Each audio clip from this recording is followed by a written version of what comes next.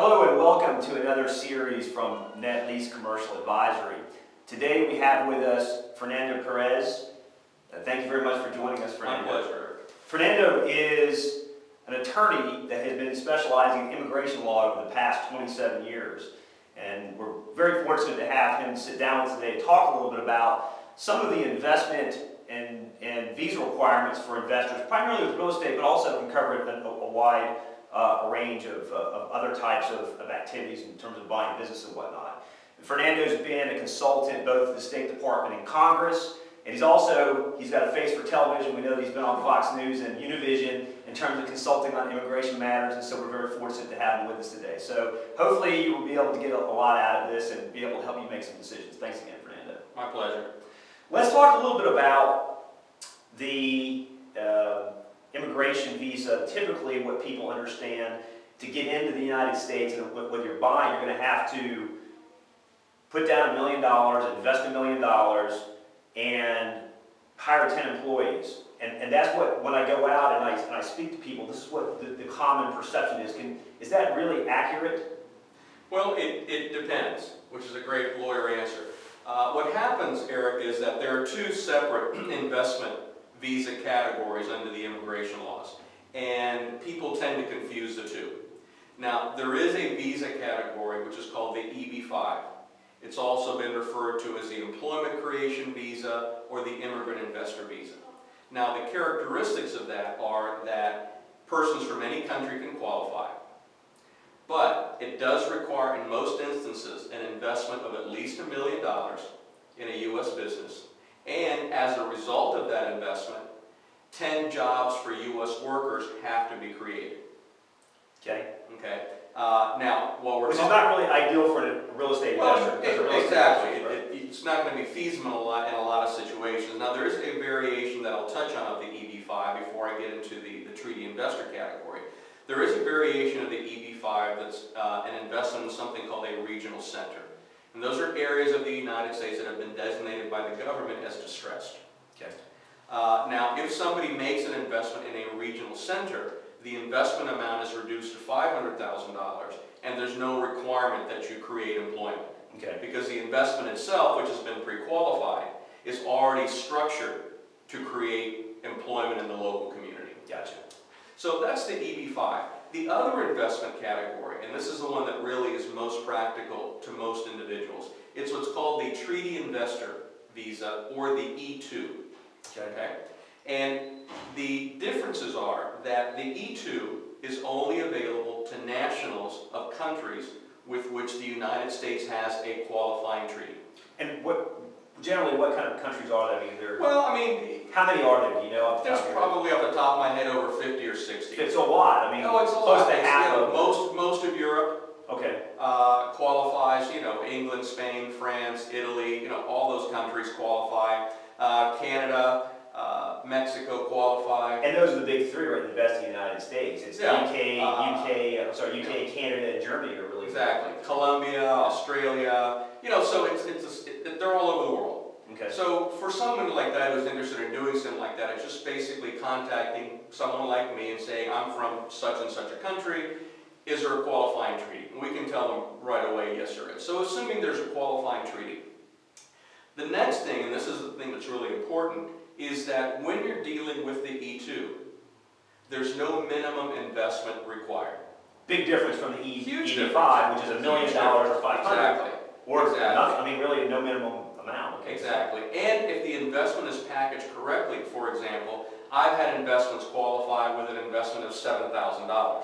Okay. Wow. Now that's rare, and there were a lot of other factors involved. But the point that someone needs to take away from this conversation is, don't think that you have to have a certain sum of money ready to invest to be able to qualify for the E2. So that's the biggest difference between the E2 and the EB-5. The second thing is that with the treaty investor category, there is no requirement that you have employees. Okay? If the investment in the United States is able to generate enough income to support the investor and their family, there's no requirement to have employees. Wow. So that's another big difference. Huge difference. Let's just use a real example.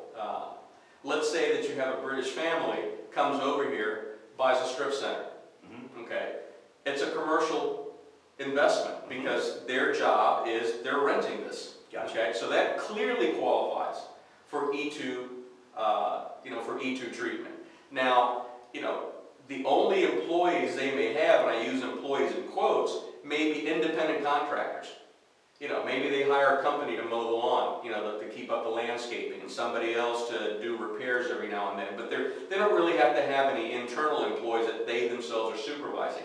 That's perfectly fine. As long as that investment generates enough money to support that family in the United States, then they're good to go. Now, when somebody comes here in E2, the spouse can get permission to work in the United States, and the children are automatically authorized to go to school. Wow. So the children don't have to qualify for a separate student visa. The wife doesn't have to qualify for some separate type. It's automatic. There's a paper process, but it's not going to be denied. So let's talk a little bit about the types of investments that you can do. If I want to buy a residential property down the street, am I able to do that? Well, yes, you can do that. There's nothing stopping. This has nothing to do with investments per se, but this is something that's also misunderstood. And unfortunately, it's also misunderstood by immigration sometimes. If somebody is here as a visitor, which is a B1, B2, or for a lot of Brits and people from European countries, they can come in under the visa waiver program, which allows them to be here for 90 days without a visa. Persons like that, perfectly legal for them to buy a residence in the United States. Okay, they don't need any special permit, they don't need to change their classification to buy that residence. So if they want to come here and, for example, buy a vacation home, and they want to rent it out part of the year and come back and live in it part of the year, that's perfectly fine.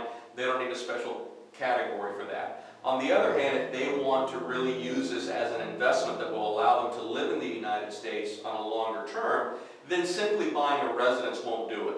Essentially, we talked about 4 options for them today. So why don't you just go ahead and quickly summarize for our audience what those 4 options that we've discussed. Obviously, there's a lot of different options for them. Why don't we talk about those 4 that we discussed again, just to summarize things for our viewers. Glad to. Okay, in the area of investment, and particularly investment that's real estate related, the 4 options are these. One is the treaty investor category, which, as I've mentioned before, is available to nationals of countries with which we have a qualifying treaty, requires no minimum investment amount, does not require any number of employees, and does not require the day-to-day management of the investor.